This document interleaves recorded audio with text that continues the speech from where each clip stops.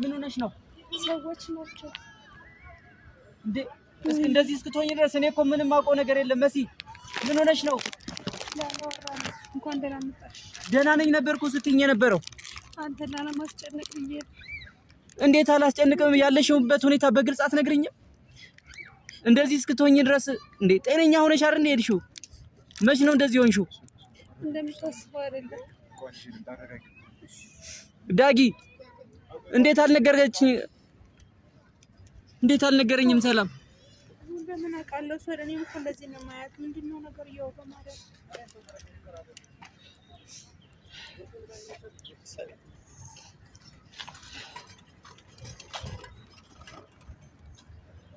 ወይኔ ሰላም። እኔ እንደዚህ መሆኗን አላውቅም። በቃ እኔም እኮ ግራ ገባኝ። በጣም ተጨነቀኝ እኮ ሰልዬ። በቃ ተረጋጋ። አይዞሽ መሲ፣ በቃ ነገሮች ሁሉ ይስተካከላሉ። ደህና ነሽ? እኔ በጣም ነው የጨነቀኝ። እኔ ግራ ገባኝ። ሰው እኮ ምን ልበል ስልሽ፣ ወይኔ ደህና ነኝ ስልሽ ምንሽ ጋር ነው የሚሰማሽ? ስልሽ ምን ጋር ነው ተመምሽ? መንቀሳቀስ አልችልም።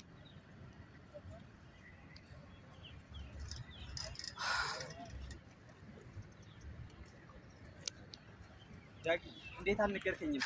እንደዚህ መሆኗን እኔ ምንም አውቀው ነገር የለም። በግልጽ ያለው ነገር አታስረዳኝም ነበር እንደዚህ መሆኗን? እኔ እኮ እንደዚህ ድረስ እንደዚህ ሆነች አልመሰለኝም ነበር። እሺ አሁን እንዴት ነው? ምንድነው ማድረግ ያለብን? ምንድነው?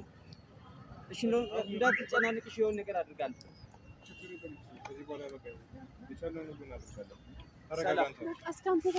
እንዴት ብዬ ልረጋጋ? ሁኔታዋን እያየሽ ነው አይደል? ገባኝ እኮ። እሺ ታዲያ ምን እናድርግ?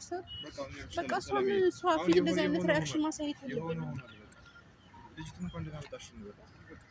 ወደ ቤት ነው ሰዳት። እንደዛ ነው የሚሻለው። መሲ ይቅርታ እናንተን ማስጨነቃችሁ። እንዴ እንደዚህ ሆነሽ ስለኛ መጨነቅ ታስቢያለሽ? እኔ እውነቴን ነው እንደዚህ መሆንሽ እኔ ምንም አውቀው ነገር የለም። እኔ እንደዚህ ትሆኛለሽ ብዬ አንድ ቀን አስቤ አላውቅም። በቃ ጉዳት ደረሰባት ሲል ዝም ብሎ ቀለል ያለ ጉዳት የደረሰብሽ ነበር ይመስለኝ። እንደዚህ ይሄ ሁላ ተሸክመሽ እንዴት በግልጽ አትነግሪኝም ነበር? አጽፊልኝም ነበር? አንተን ላለማስጨነቅ ቀለል አድርገሽ ነበር እኮ ስትነግሪኝ የነበረው ነገሮችን።